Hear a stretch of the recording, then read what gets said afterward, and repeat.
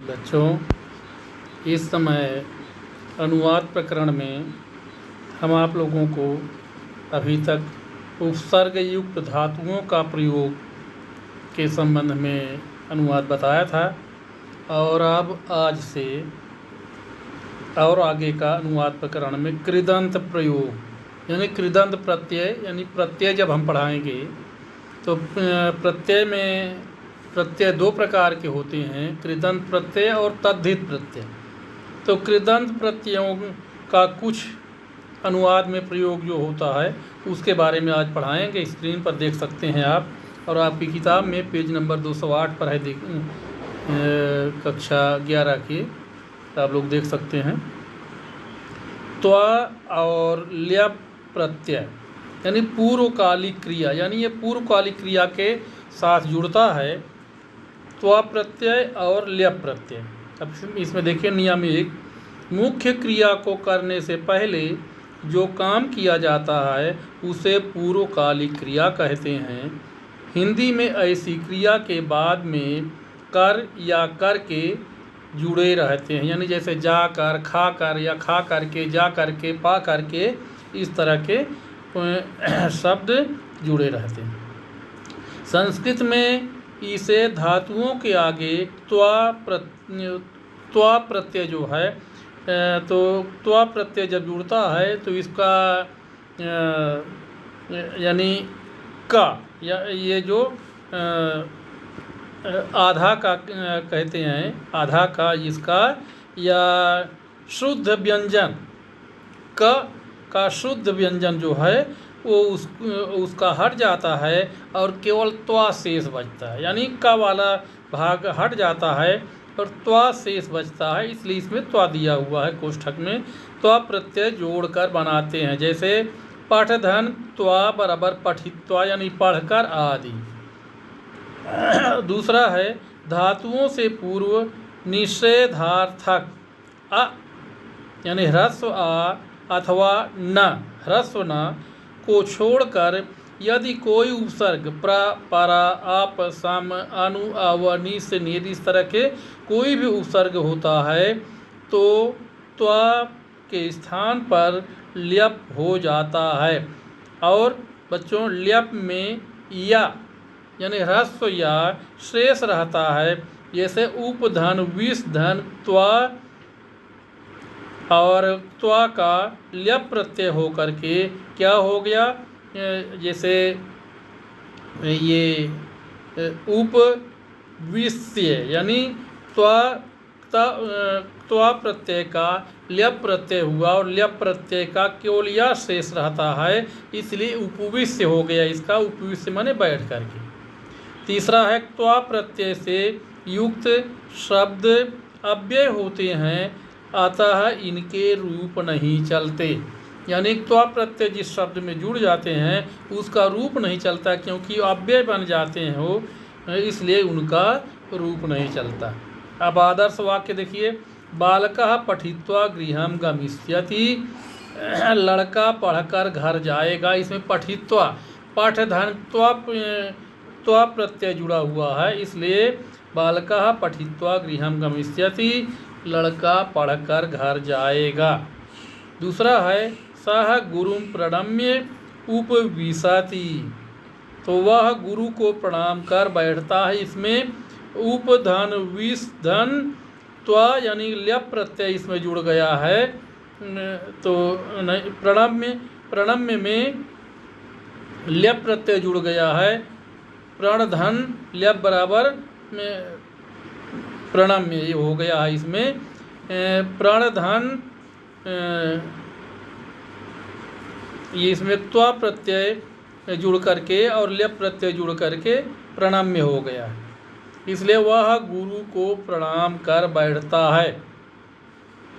फिर आगे हस्तौ प्रक्षाल्य भोजनम कुर्यात्, दोनों हाथों को, हस्तौ माने दोनों हाथों को, प्रक्षाल्य इसमें भी ल्यप प्रत्यय जुड़ा हुआ है, क्योंकि ल्यप प्रत्यय का केवल या शेष रहता है, इसलिए दोनों हाथों को धो करके भोजन करना चाहिए, यानी हाथ धोकर भोजन करना चाहिए।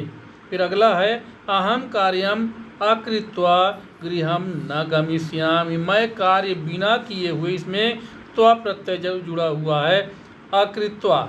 और इसमें जैसे है दूसरे नंबर में देखिए ऊपर दूसरे नंबर में है कि धातुओं के पूर्व निषेधार्थक अ अथवा न को छोड़कर यदि कोई उपसर्ग, तो ये वाला नहीं लग रहा इसमें, अकृत्वा, यानी इसमें त्वा प्रत्यय जुड़ करके अहम कार्यम अकृत्वा गृहम न गमिष्यामि, मैं कार्य किए बिना घर नहीं जाऊंगा। तो ये हो गया बच्चों। अब इसके बाद अगला देखिए, अब तुमुन प्रत्यय का प्रयोग। यह उत्तरकालिक क्रिया यानी उत्तरकालिक क्रिया में ये प्रयोग किया जाता है। अब नियम 1 देखिए, के लिए आदि द्वारा निमित्त या प्रयोजन सूचित करने के लिए धातु के आगे तुम यानी तुमुन प्रत्यय का प्रयोग होता है, यानी तुमुन प्रत्यय का तुम शेष बचता है, इसलिए यहाँ पर तुम दिया है कोष्ठक में, तुमुन प्रत्यय का प्रयोग होता है। जैसे दा धन तुमुन बराबर दातुम, देने के लिए, पढ़ धन तुमुन बराबर पठितुम, पढ़ने के लिए आदि। नियम 2, तुमुन प्रत्यय यानी तुमुन प्रत्यय का तुम शेष बचता है, इसलिए इसमें तुम कोष्ठक में दिया हुआ है। प्रत्यय से युक्त शब्द अव्यय होते हैं, अतः इनके रूप नहीं चलते, यानी जो अव्यय होता है बच्चों तो उसका रूप नहीं चलता है, इसलिए तुमुन प्रत्यय से जुड़े हुए शब्द जो होंगे वो अव्यय बन जाते हैं, उनका रूप नहीं चलता। तीसरा है, तुमुन प्रत्यय वही होता है जहाँ दोनों क्रियाओं का कर्ता एक ही हो, यानी क्रियाएं दो हों भले लेकिन कर्ता एक ही हो, भिन्न कर्ता होने पर तुमुन प्रत्यय का प्रयोग नहीं होता। यानी दो क्रियाएं होती हैं अगर, और दोनों क्रियाओं का एक ही कर्ता हो तो वहाँ पर तुमुन प्रत्यय का प्रयोग होता है। आगे स्पष्ट हो जाएगा। फिर आगे है नियम 4, यत यानी यत्न करना, शक माने सकना, लब माने पाना, विद माने जानना, इस माने इच्छा करना, आदि धातुओं के योग में तुमुन प्रत्यय होता। जैसे सह गृहम गंतुम इच्छति, वह घर जाना चाहता है, गंतुम, गृहम गंतुम इच्छति, गम धन तुमुन बराबर गंतुम, इसमें तुमुन प्रत्यय जुड़ करके गम धातु में तुमुन प्रत्यय जुड़ गया तो गंतुम हो गया, वह घर जाना चाहता है। सह स्नातुम यानी स्नानाय गच्छति, वह नहाने के लिए जाता है या नहाने जाता है। अब आदर्श वाक्य देखिए बच्चों, बालकः लेखितुम यतते, लड़का लिखने का प्रयास करता, लिख धन तुमुन बराबर लेखितुम हो गया इसमें, यानी लिख धातु का है, इसमें तुमुन प्रत्यय जुड़ गया तो लेखितुम हो गया। अहम गृहम गंतुम इच्छामि, मैं घर जाना चाहता हूँ, अहम गृहम गम धन तुमुन बराबर गंतुम, यानी गम धातु में तुमुन प्रत्यय जुड़ गया तो यहाँ पर हो गया गंतुम। अयम विद्यालयम गंतुम समयः अस्ति, अयम माने यह, विद्यालयम माने विद्यालय, गंतुम माने जाने का, समयः अस्ति समय है, यानी यह विद्यालय जाने का समय है, इसमें इस भी गम धातु में तुमुन प्रत्यय जुड़ गया है इसलिए गंतुम हो गया।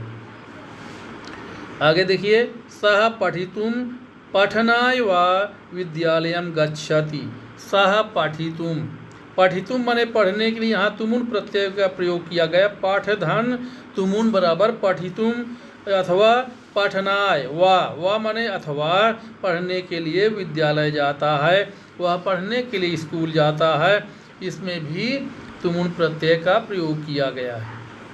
तो बच्चों ने यानी इसमें कृतन प्रत्यय के प्रयोग में जो त्वा और ल्यप प्रत्यय है वो पूर्वकालिक क्रिया के साथ जुड़ता है, लेकिन तुमुन प्रत्यय जो है उत्तरकालिक क्रिया के साथ जुड़ता है। तो बच्चों आज के लिए इतना ही, इसके बाद आगे का भाग कल पढ़ाएंगे।